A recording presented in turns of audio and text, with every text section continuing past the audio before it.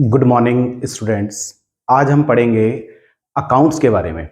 जैसा कि अकाउंट्स की जो ब्रांचेस होती हैं वो कितनी टाइप्स की ब्रांचेस होती हैं, पढ़ेंगे हम आगे कि अकाउंट्स की डेफिनेशन क्या होती है, अकाउंट्स के फीचर्स क्या क्या होते हैं, अकाउंट्स के क्या फंक्शंस होते हैं और क्या उसके ऑब्जेक्टिव्स होते हैं।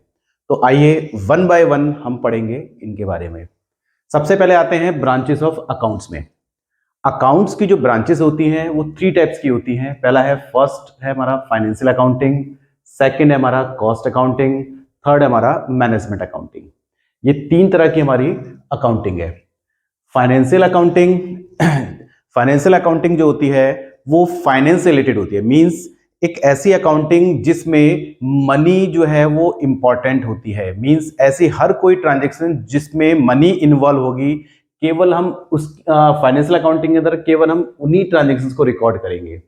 जबकि कॉस्ट अकाउंटिंग जो होती है, कॉस्ट अकाउंटिंग के अंदर हम कैलकुलेट करते हैं कि किस तरह से जब हम कोई प्रोडक्ट को बनाते हैं तो उस प्रोडक्ट को बनाने में हमारे को कितनी कॉस्ट पड़ती है, किस तरह से हम उसकी कॉस्ट को कैलकुलेट करेंगे प्रोडक्ट की, और कैसे उसकी कॉस्ट को हम कंट्रोल करेंगे।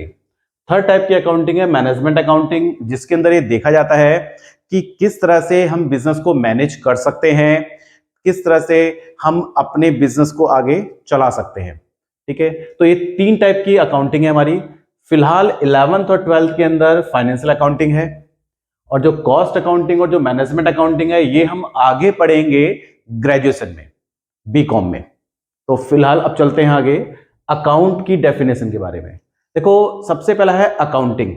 अकाउंटिंग क्या होती है, उसकी प्रॉपर एक डेफिनेशन क्या होती है। अकाउंटिंग की जो डेफिनेशन है, accounting is an art of recording, classifying and summarizing in a significant manner and in terms of money transactions and events which are in part at least of a financial character and interpreting the result thereof। देखो, कहता है accounting is an art. Accounting एक art है। Accounting क्या है? एक art है। किस चीज का आर्ट है अकाउंटिंग? देखो, आर्ट से मतलब होता है हर वो चीज जिसको करने से पहले हमें उसको सीखना पड़ता है। तो अकाउंट्स भी हर कोई नहीं बना सकता, सबसे पहले उसको सीखना पड़ता है। तो अकाउंटिंग को इसलिए एक आर्ट कहा जाता है। वो भी किस चीज का? जितनी भी हमारी फाइनेंशियल नेचर की ट्रांजैक्शंस होती हैं, जितनी भी हमारी फाइनेंशियल नेचर की ट्रांजैक्शंस होती है जिसको इन टर्म्स ऑफ मनी, यानी कि मनी की टर्म्स में जिसको कन्वर्ट किया जा सकता है, ऐसी ट्रांजैक्शंस को सिस्टमैटिक तरीके से रिकॉर्ड करने का एक आर्ट है, उसको क्लासिफाइंग करने का एक आर्ट है, और एक समराइजिंग करने का एक आर्ट है अकाउंट। अब देखो, रिकॉर्डिंग क्या होता है? रिकॉर्डिंग का मतलब होता है किसी भी चीज को एक प्रॉपर सिस्टमैटिक वे में उसको बुक्स में लिख देना, वो कहलाता है हमारा रिकॉर्डिंग करना। सेकंड है क्लासिफाइंग करना। क्लासिफाइंग का मतलब होता है कि हर किसी का एक पर्टिकुलर अकाउंट अलग अलग बना देना, जिसके अंदर हम उस अकाउंट से रिलेटेड जितनी भी ट्रांजैक्शंस होंगी, जितनी भी, उन सभी ट्रांजैक्शंस को हम उस पर्टिकुलर अकाउंट के अंदर ही शो करते हैं, ताकि इन फ्यूचर अगर हमारे को उस पर्टिकुलर अकाउंट को देखना पड़े तो उस पर्टिकुलर अकाउंट से रिलेटेड जितनी भी ट्रांजैक्शन सारी की सारी हमें वहां मिल जाए। तो इसको एक एग्जाम्पल के थ्रू समझ सकते हो। सपोज करो, जब हम स्कूल जाते हैं तो स्कूल में हम क्या करते हैं, एक रफ नोटबुक लेकर जाते हैं। ठीक है, और जितने भी हमारे सब्जेक्ट्स हैं उन सारे सब्जेक्ट्स का काम हम उस रफ नोटबुक में करते हैं। जैसे अकाउंट का काम उसी में अंदर करते हैं हम, ठीक है, और इंग्लिश का उसी में कर दिया, मैथ्स का उसमें कर दिया, बिजनेस का उसमें कर दिया। तो जितने भी हमारे जितना भी क्लास वर्क होता है सारा का सारा हम उस नोटबुक में नोट करते हैं। तो वो चीज कहलाती है रिकॉर्डिंग करना। फिर हम उसको घर पर आकर, जब हम घर पे आके उसको फेयर वर्क के रूप में हम उसको अलग अलग नोटबुक्स में दिखाते हैं। मींस अकाउंट का काम हम अकाउंट की नोटबुक में करते हैं, मैथ वाला काम मैथ की नोटबुक में करते हैं। तो हर किसी का एक पर्टिकुलर हमने एक नोटबुक बना रखी होती है, तो वो काम कहलाता है हमारा क्लासिफाइंग करना। तो सेम इसी तरह से बिजनेस के अंदर भी हम क्या करते हैं, प्रॉपर पूरे दिन के अंदर जितनी भी हमारी ट्रांजेक्शन्स थी, ट्रांजेक्शन्स का मीन्स होता है लेन देन करना। जैसे हमने किसी को अगर गुड्स बेचा है तो वो एक ट्रांजेक्शन है, हमने किसी से कैश रिसीव किया वो हमारी एक ट्रांजेक्शन है। ठीक है, तो ये जितनी भी बिजनेस की डेली के डेली जो ट्रांजेक्शंस होती हैं, सबसे पहले हम उसको रिकॉर्ड कर देते हैं एक बुक में, जिसको बोलते हैं जर्नल। क्या बोलते हैं उसको? जर्नल।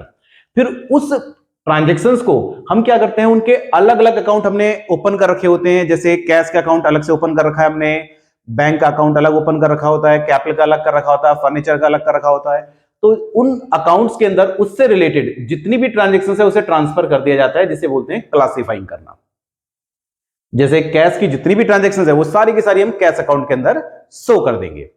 इसके बाद आता है समराइजिंग पे। समराइजिंग जो वर्ड है ये हमने ज्यादातर इंग्लिश में या हिंदी वाले सब्जेक्ट्स में ज्यादातर पढ़ा है, जिसमें क्या होता है, एक चैप्टर के अंदर मान लिया सपोज करो एक चैप्टर है जिसके अंदर 7 पेजेस की स्टोरी है। अब उस 7 पेजेस की स्टोरीज को पढ़ना थोड़ा सा लेंथी प्रोसेस होता है, तो हम क्या करते हैं उसको थोड़ा शॉर्ट रूप कर देते हैं, और वो शॉर्ट रूप जो होता है वो हमारा समरी कहलाता है, जो नियर अबाउट हाफ पेज का या फिर 1 पेज का होता है। तो वो हमारा क्या कहलाएगा, समराइजिंग करना। तो इसी तरह से अकाउंटिंग के अंदर भी क्या होता है कि बिजनेस के अंदर जितनी भी ट्रांजेक्शन हम रिकॉर्ड करते हैं या अकाउंट्स हम प्रिपेयर करते हैं, वो एक फाइनेंशियल ईयर या अकाउंटिंग ईयर बोल सकते हो, उसमें करते हैं। तो अकाउंटिंग ईयर जो स्टार्ट होता है 1 अप्रैल से स्टार्ट होता है और 31 मार्च को क्लोज होता है। तो 1 अप्रैल से 31 मार्च में बहुत सारी transactions, lots of transactions record कर दी जाती हैं। अब उन ट्रांजेक्शन से अगर हमें किसी भी रिजल्ट्स को फाइंड आउट करना है, मींस हमें प्रॉफिट कैलकुलेट करना है, ठीक है, या हमें कितनी एसेट्स है वो कैलकुलेट करनी है, कितनी हमारी लायबिलिटीज है वो कैलकुलेट करनी है, तो वो पॉसिबल नहीं होता। तो ऐसे में हम क्या करते हैं, उसका एक समराइज्ड रूप या छोटा रूप बना देते हैं, जिसे कहते हैं समराइजिंग करना। वो नॉर्मली 7-8 पेज का होता है, जिससे हम क्या कहते हैं, इजीली हम आगे फ्यूचर के लिए कोई भी डिसीजन ले सकते हैं।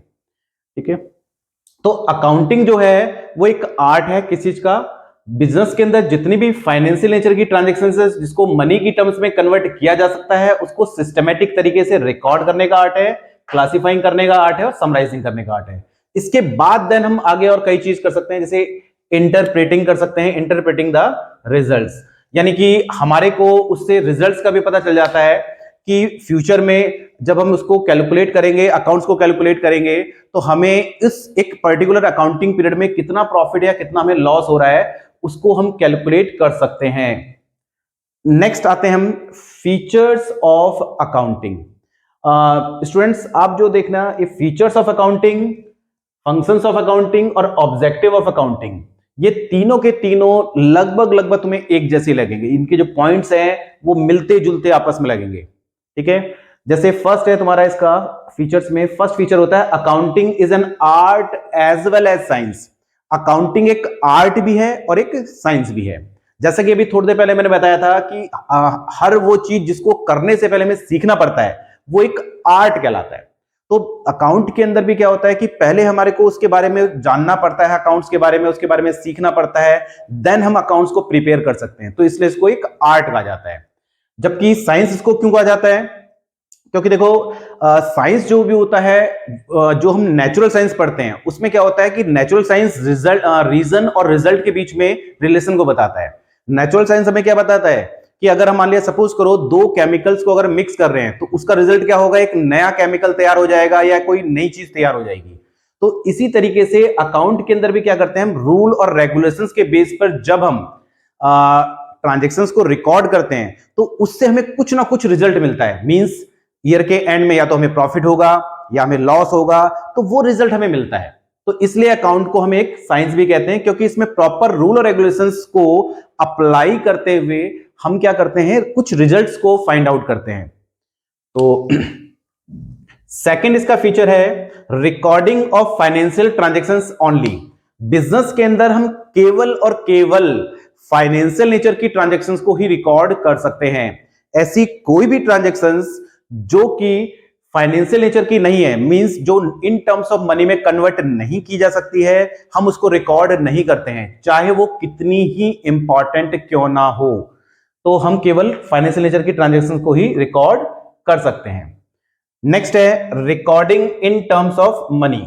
बिजनेस के अंदर हम केवल उन्हीं चीजों को रिकॉर्ड करेंगे जो मनी में कन्वर्ट हो सकती है। अगर वो मनी में कन्वर्ट नहीं हो सकती, हम इसको रिकॉर्ड नहीं कर सकते हैं। या ये भी कह सकते हो अदर वर्ड्स में कि बिजनेस के अंदर हम केवल क्वांटिटेटिव चीजों को ही रिकॉर्ड कर सकते हैं। ऐसी कोई भी चीज जो क्वालिटेटिव फॉर्म में होती है, क्वालिटी के फॉर्म में होती है, उसको हम रिकॉर्ड नहीं कर सकते। फॉर एग्जाम्पल सपोज करो एक हमारा कोई वर्कर है जो बहुत ही अच्छा हमारा काम करता था, वो पिछले कई सालों से मींस 10 ईयर से वो हमारे यहाँ काम कर रहा था, बट वो हमारी फर्म को छोड़ के या हमारे बिजनेस को छोड़ के वो चला गया। देन उसके बाद हमने क्या किया, किसी एक नए वर्कर को उसके बदले में हमने उसको रिप्लेस कर दिया। अब जो नया वर्कर है वो उतना ज्यादा एफिशिएंट नहीं होगा जितना वो पहले वाला वर्कर था, क्योंकि उसको काम की अच्छी खासी नॉलेज थी। वो क्या करता था, कम टाइम में ज्यादा प्रोडक्शन निकालता था और ज्यादा अच्छी क्वालिटी का प्रोडक्शन निकालता था। तो हम ये फाइंड आउट नहीं कर सकते कि उस पुराने वर्कर के जाने से हमारे को कितना नुकसान हो रहा है, मींस उस पुराने वर्कर का माइंड कितने रुपए तेज था न्यू वर्कर से, क्योंकि माइंड को हम किसी भी मनी की टर्म्स में कैलकुलेट नहीं कर सकते, क्योंकि माइंड जो है हर किसी का अलग अलग होता है। ये क्वालिटेटिव टर्म्स है, तो इसको हम किस में कन्वर्ट नहीं कर सकते, मनी की। ठीक है, तो इसीलिए उसको हम बिजनेस के अंदर रिकॉर्ड नहीं कर सकते हैं। फोर्थ है क्लासिफाइंग करना। बिजनेस के अंदर जैसे कि मैंने बताया था अभी थोड़ी देर पहले, क्लासिफाइंग करना कि बिजनेस के अंदर जितनी भी ट्रांजैक्शंस होती हैं हम उनको पहले तो रिकॉर्ड करते हैं, उसके बाद उनके हमने एक सेपरेट अलग अलग अकाउंट्स बनाए हुए होते हैं। हमें उन अकाउंट्स में उस पर्टिकुलर अकाउंट से रिलेटेड जितनी भी ट्रांजैक्शंस है वो सारी की सारी हम उस अकाउंट के अंदर शो कर देते हैं, जिसे कहते हैं हम क्लासिफाइंग करना। सबके हम अलग अलग अकाउंट बना देते हैं, जैसे राम का अकाउंट अलग बना देंगे, श्याम का अलग बना देंगे, विजय का अलग बना देंगे, फर्नीचर का अलग, कैश का अलग। तो ये सारे अकाउंट्स हम अलग अलग बना देते हैं, जो क्लासिफाइंग कहलाता है। नेक्स्ट है समराइजिंग। अभी थोड़ी देर पहले मैंने बताया था समराइजिंग वर्ड, और समराइजिंग के अंदर क्या होता है कि बिजनेस के अंदर जितनी भी ट्रांजैक्शंस हम पूरे फाइनेंशियल ईयर के अंदर करते हैं तो उसका थोड़ा सा हम शॉर्ट रूप बना देते हैं, जो समराइजिंग कहलाता है। ठीक है, जैसे आगे हम पढ़ेंगे समराइजिंग के अंदर हम trading account, profit account, balance sheet वगैरह, ये समराइजिंग के अंदर आ जाएगा। नेक्स्ट है इंटरप्रिटेशन ऑफ रिजल्ट्स। इसका एक फंक्शन, एक फीचर अकाउंट का ये भी होता है कि हम जो रिजल्ट को इंटरप्रेट कर देते हैं, एक हम रिजल्ट को कैलकुलेट करते हैं अकाउंटिंग के थ्रू कि हमारे को फाइनली कितना प्रॉफिट हो रहा है, कितना लॉस हो रहा है। ठीक है, नेक्स्ट वर्ड है तुम्हारा कम्युनिकेटिंग। तो लास्ट फीचर इसका है कम्युनिकेटिंग। कम्युनिकेट माने होता है कि सूचना प्रदान करना, किसी एक इंफॉर्मेशन को किसी दूसरे पर्सन को पहुंचाना, वो कहलाता है कम्युनिकेटिंग। तो अकाउंटिंग का ये भी एक फीचर होता है कि अकाउंटिंग क्या करता है, हमारे बिजनेस से रिलेटेड जितनी भी ट्रांजैक्शंस हैं उन ट्रांजैक्शंस को वो उन लोगों को कम्युनिकेट करता है जिनको इसके बारे में या जिनको इसकी जरूरत है, इनकी नीड है, उनको वो क्या करता है, वो कम्युनिकेट कर देता है। जैसे अगर बैंक से हमने लोन लेना है तो बैंक से लोन लेने से पहले तो बैंक हमारे बारे में कुछ इंफॉर्मेशन जानना चाहेगा कि हमें कितना एनुअली प्रॉफिट होता है, कितने हमारे एसेट्स हैं, कितनी लायबिलिटी है। तो वो सारी इंफॉर्मेशन उसे कहां से मिलेगी, अकाउंट से मिलेगी। किससे मिलेगी, अकाउंट से मिलेगी। तो ये बिजनेस में जितनी भी इंफॉर्मेशन है वो सारी की सारी कम्युनिकेट करता है उन लोगों को जो हमारी बारे में जानना चाहते हैं। अब आते हैं students next, functions of accounting. Functions of accounting, accounting के क्या क्या फंक्शंस यानी क्या क्या कार्य हैं, अकाउंट क्या क्या काम कर सकता है। फर्स्ट है मेंटेनिंग सिस्टमैटिक रिकॉर्ड्स। सबसे पहले अकाउंट का काम क्या होता है, मेन जो अकाउंट का काम होता है वो बिजनेस के अंदर जितनी भी ट्रांजैक्शंस है, क्योंकि देखो ह्यूमन की जो माइंड की जो कैपेसिटी होती है स्टोर करने की वो एक लिमिट तक होती है। हम एक लिमिट तक ही किसी चीज को याद रख सकते हैं, एक टाइम ऐसा आता है जिसके बाद हम उसको भूल जाते हैं।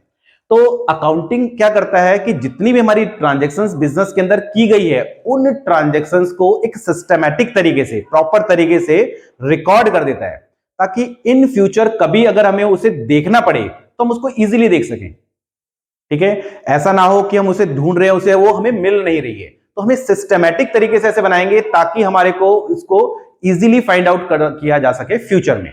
तो सबसे पहला फंक्शन इसका ये था। सेकंड इसका जो फंक्शन है वो है communicating financial result to various parties, जो कि जस्ट मैंने अभी थोड़ी देर पहले यहां बताया था। कम्युनिकेटिंग में सेम है बिल्कुल। बिजनेस के अकाउंटिंग का एक फंक्शन ये भी होता है कि जो वेरियस पार्टीज होती हैं, वेरियस पार्टीज जो हमारी बिजनेस की इंफॉर्मेशन को लेना चाहती है या उससे कुछ डिसीजन लेना चाहती है, तो उन लोगों को क्या करना, कम्युनिकेट करना फाइनेंशियल रिजल्ट्स को। जैसे अगर हमने किसी से गुड्स क्रेडिट में परचेज करने हैं, उधार परचेज करने हैं, तो जो हमें गुड्स देगा तो वो हमारी फर्म के बारे में या हमारे बिजनेस के बारे में जानना चाहेगा कि क्या हम उसको फ्यूचर में उसकी पेमेंट कर पाएंगे कि नहीं कर पाएंगे। ठीक है, तो उसके लिए वो हमारी अकाउंट की इंफॉर्मेशन को यूज करता है, तो अकाउंट उसको वो इंफॉर्मेशन प्रोवाइड करता है। इसी तरह से जैसे मैंने बताया था, बैंक से अगर हमें लोन चाहिए तो बैंक को भी इंफॉर्मेशन अकाउंट प्रोवाइड करता है, जिसके बिहाफ पर बैंक ये डिसाइड करेगा कि बैंक हमें लोन देगा नहीं देगा। ठीक है, और लोन अगर देगा तो उसकी क्या लिमिट होगी, तो वो इस अकाउंट्स के थ्रू वो इसको क्या करेगा, हमारा डिसीजन ले लेगा। नेक्स्ट है third, protecting assets of business. Business के एसेट्स को प्रोटेक्ट करना।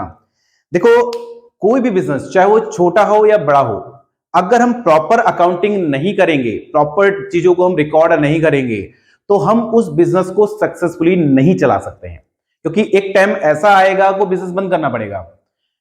क्योंकि अगर हम अकाउंट्स नहीं बनाएंगे तो हमें पता ही नहीं चलेगा कि हमारे कितने एक्सपेंस हो रहे हैं और कितनी हमारी इनकम जनरेट हो रही है। तो होगा क्या ऐसे में कि एक्सपेंसेस इंक्रीज हो जाएंगे लायबिलिटी के बिहाफ, एसेट्स के इनकम के बिहाफ पर, तो हमारे को ज्यादा खर्च करना पड़ रहा है। सपोज करो हमारी जो इनकम हुई है पूरे ईयर में वो 1 लाख रुपीस की इनकम हुई है और हमारे एक्सपेंस हो गए 1,20,000 के, तो 20,000 एक्सपेंस हमारे एक्स्ट्रा हो गए हमारी इनकम से। ठीक है, वन टाइम अगर है तो चलो कोई बात नहीं, नेक्स्ट टाइम फिर दोबारा से अगर ऐसे ही हुआ कि एक्सपेंस हमारे इंक्रीज हो गए, ठीक है, उसके बाद हर बार यही प्रोसेस चल रहा है, तो ऐसे केस में क्या होगा कि हमारे को वो जो एक्स्ट्रा लायबिलिटीज पे करने के लिए कोई ना कोई अपना एसेट सेल करना पड़ेगा। ठीक है, तो अकाउंट अगर हम बनाएंगे तो हमें पता रहता है कि हमारे को कितनी इनकम हो रही है, तो हम अपनी उस इनकम के अकॉर्डिंग ही खर्चे करेंगे, उसके अंदर ही खर्चे करेंगे, ताकि फ्यूचर में हमें कोई एसेट्स बेचना ना पड़े। तो अकाउंट बनाने का एक फंक्शन हमारा ये भी होता है कि वो हमारे एसेट्स को प्रोटेक्ट करता है, बचाता है, कि भाई हम जरूरत से ज्यादा लोन ना ले लें, जरूरत से ज्यादा हम उधार ना ले लें, जिससे हमारे को फ्यूचर में कोई एसेट्स बेचना ना पड़े। तो इसका फंक्शन क्या है कि एसेट्स को प्रोटेक्ट करना।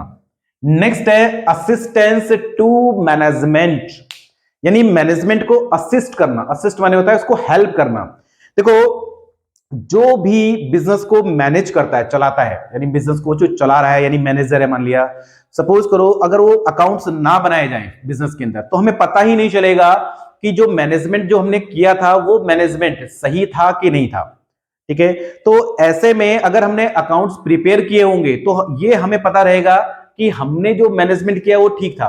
सपोज करो लास्ट ईयर हमारी सेल थी 10 लाख की और करंट ईयर में सेल हुई है 20 लाख की, मींस सेल हो गई डबल, बट प्रॉफिट जो हमारा था लास्ट ईयर तो था 1 लाख का और करंट ईयर में प्रॉफिट हुआ है 1,90,000 का। तो अगर देखा जाए तो लास्ट ईयर के मुकाबले सेल हमारी डबल हुई है, तो प्रॉफिट भी हमारा डबल होना चाहिए, मींस 1 लाख से 2 लाख का होना चाहिए, बट हुआ है 1,90,000 का। दैट मींस हमारा जो प्रॉफिट है वो उस पर्टिकुलर रेशो में नहीं हुआ जिस रेशो में लास्ट ईयर हुआ था। तो ऐसे में हमारे मैनेजमेंट में कहीं ना कहीं कोई ना कोई कमी रह गई होगी, तो उस कमी को हम आगे फ्यूचर में सही कर सकते हैं, उसको सुधार सकते हैं। तो ये सब चीजें हमें कहां से पता चलेगी? अकाउंट्स के थ्रू। तो अकाउंट का एक फंक्शन ये भी होता है कि हम मैनेजमेंट को असिस्ट करते हैं, हेल्प करते हैं, ताकि फ्यूचर में बेटर मैनेजमेंट किया जा सके। लास्ट है हमारा लीगल रिक्वायरमेंट्स। देखो, अकाउंटिंग हम केवल अपने प्रॉफिट लॉस को निकालने के लिए या केवल अपने खर्चों को और इनकम को रिकॉर्ड करने के लिए ही नहीं करते, ये लीगल रिक्वायरमेंट भी होता है, यानी ये कानूनन जरूरी भी होता है। गवर्नमेंट ये कहती है कि कोई भी व्यक्ति जो इनकम कमा रहा है उसे टैक्स देना जरूरी है। अगर कोई भी इनकम कर रहा है तो जाहिर सी बात है उसको टैक्स भरना पड़ेगा। तो टैक्स वो किस बेसिस पे भरेगा? अब बिजनेस है, अब बिजनेस के अंदर इनकम होती है, इनकम जनरेट करती है बिजनेस, लेकिन वो उसको जो टैक्स भरना पड़ेगा वो किस बिहाफ पे भरेगा? तो उसके लिए प्रॉपर अकाउंटिंग भी जरूरी है। तो गवर्नमेंट टैक्स लेने के लिए अकाउंट्स को बनाना कंपलसरी होता है, क्योंकि गवर्नमेंट अकाउंट के बिहाफ पर ये देखती है कि हमारे बिजनेस को सेल कितनी हुई है, ताकि उसके बिहाफ पर वो क्या कर सके, टैक्स ले सके। तो इसीलिए लीगल रिक्वायरमेंट भी होता है अकाउंटिंग को प्रिपेयर करना। बिना इसके हम गवर्नमेंट को टैक्स पे नहीं कर सकते हैं। इसके बाद नेक्स्ट आते हैं हम ऑब्जेक्टिव्स ऑफ अकाउंटिंग। अकाउंटिंग के क्या क्या उद्देश्य हैं, अकाउंट्स हम क्यों बनाते हैं, उसको बनाने का हमारा पर्पस क्या है। फर्स्ट है हमारा to keep systematic record of business transactions. सबसे पहला जो हमारा मेन पर्पस होता है अकाउंटिंग का, वो होता है कि बिजनेस के अंदर जितने भी ट्रांजेक्शंस है उसको एक सिस्टमैटिक फॉर्म में हम उसको रिकॉर्ड कर सके, ताकि इन फ्यूचर अगर हमें उसको देखना है तो हम इजीली इसको फाइंड आउट कर सके। ऐसा नहीं है कि हमें उसे देखना है और वो हमारे को मिल ही नहीं रही वो एंट्री, तो हमें एंट्रीज को एक प्रॉपर फॉर्म में प्रॉपर नंबरिंग करके पेज नंबर डालकर हम उसको प्रॉपर तरीके से रिकॉर्ड करते हैं, ताकि फ्यूचर में अगर हमें देखना पड़े तो इजीली वो मिल जाए। नेक्स्ट है टू एक्सटेन प्रॉफिट और लॉस ऑफ द बिजनेस। देखो कोई भी पर्सन अगर बिजनेस को चला रहा है तो उस बिजनेस को जो कर रहा है, जिस बिजनेस को वो कर रहा है, उससे उसको कितना प्रॉफिट है कितना लॉस हो रहा है उसे ये पता होना चाहिए, ताकि वो मोटिवेट हो सके फ्यूचर के लिए। मान लिया अगर कोई पर्सन अगर बिजनेस कर रहा है और वो अकाउंट नहीं बना रहा है तो उसे पता ही नहीं चलेगा कि बिजनेस में उसको प्रॉफिट भी हो रहा है कि नहीं हो रहा है, वो बिजनेस कर रहा है बस, ठीक है। तो ऐसे में वो बिजनेस उसका ग्रो नहीं कर पाएगा। जब हम अकाउंट्स बनाते हैं तो अकाउंट के थ्रू हमारे को ईयरली प्रॉफिट या लॉस का पता चल जाता है, जिसके बिहाफ पर हम कंपैरिजन कर सकते हैं कि लास्ट ईयर के कंपैरिजन में करंट ईयर में कितना प्रॉफिट हुआ है, ठीक है, ताकि हम फ्यूचर में आगे और प्रॉफिट को जनरेट कर सकें। सपोज करो लास्ट ईयर प्रॉफिट हुआ था हमारे को 1 लाख रुपीस का, और करंट ईयर में जो प्रॉफिट हुआ है हमारे को वो 1,20,000 का हुआ है, तो हम ये चाहते हैं फ्यूचर में हमारे को 1,20,000 से अपर प्रॉफिट हो, तो उसके लिए भी हमें अकाउंटिंग की जरूरत पड़ती है। नेक्स्ट है to ascertain financial position of the business. Financial position, जैसे हर किसी पर्सन का अपना एक फाइनेंशियल स्टेटस होता है, ठीक है। नॉर्मल लाइफ में भी कोई व्यक्ति अगर कोई गरीब है, कोई अमीर है, कोई मिडिल क्लास फैमिली से है, तो हम उसका जो स्टेटस पता लगाते हैं, कैसे पता लगाते हैं, उसकी प्रॉपर्टी से, उसके लिविंग स्टैंडर्ड से। बिजनेस के अंदर भी फाइनेंशियल पोजीशन का पता लगाया जा सकता है, और वो पता लगाया जाता है अकाउंट के थ्रू। क्योंकि आप लोगों ने देखा होगा आमतौर पर कि बिजनेस जो है, कई बिजनेस होते हैं जो टॉप लेवल पर होते हैं, कोई मिडिल पे काम कर रहे हैं, कोई लो लेवल पे काम कर रहे हैं, ठीक है। तो ये बिजनेस का हम upper level, middle level, low level वो कैसे पता लगाएंगे? अकाउंट्स के थ्रू, क्योंकि हम उसके एसेट्स और लायबिलिटीज को कंपैरिजन करते हैं, उसके प्रॉफिट्स को कंपैरिजन करते हैं, और ये पता लगाते हैं कि किसी बिजनेस की फाइनेंशियल पोजीशन कैसे चल रही है। मींस वो किसी को लायबिलिटी पे कर पाएगा या नहीं कर पाएगा, बिजनेस का अच्छा ग्रो कर रहा है नहीं कर रहा है, तो ये सारा का सारा हम कैलकुलेट कर सकते हैं अकाउंटिंग के थ्रू। नेक्स्ट है fourth, to provide effective control and management. ये चीज मैंने यहां भी बताई थी, assistance to management, same procedure है। अकाउंटिंग का एक उद्देश्य ये भी होता है कि ये हेल्प करता है कि किस तरह से मैनेजमेंट को अच्छा बनाया जाए, ताकि फ्यूचर में हमारा बिजनेस अच्छा ग्रो करे, सेल्स हमारी ज्यादा से ज्यादा हो, प्रॉफिट हमारा ज्यादा से ज्यादा हो। नेक्स्ट है to provide information to various interested parties. ये भी हम पहले पढ़ चुके हैं, एक कम्युनिकेटिंग में, ठीक है, और ये वाला communicating financial result to various parties, same वही है। इसका एक पर्पस क्या होता है कि जो लोग इंटरेस्टेड होते हैं हमारी बिजनेस की इंफॉर्मेशन को कलेक्ट करने के लिए, उन लोगों को इंफॉर्मेशन प्रोवाइड करना, ताकि उस इंफॉर्मेशन से वो इंपॉर्टेंट डिसीजन ले सके, चाहे वो क्रेडिटर हो, चाहे वो बैंक हो, चाहे वो गवर्नमेंट हो, वो इंपॉर्टेंट डिसीजन वो ले सके, किसके बेस पर? अकाउंटिंग के बेस पर। तो आज हमने पढ़ा कि ब्रांचेस ऑफ अकाउंटिंग कितनी होती हैं, अकाउंटिंग की डेफिनेशन क्या होती है, features of accounting, functions of accounting और ऑब्जेक्टिव ऑफ अकाउंटिंग। तो ये सब चीजें हमने आज डिटेल में पढ़ी है, ठीक है। अगर आपको ये मेरा चैनल अच्छा लगे तो आप उसको सब्सक्राइब करिए और ज्यादा से ज्यादा इसको शेयर कीजिए। Thank you.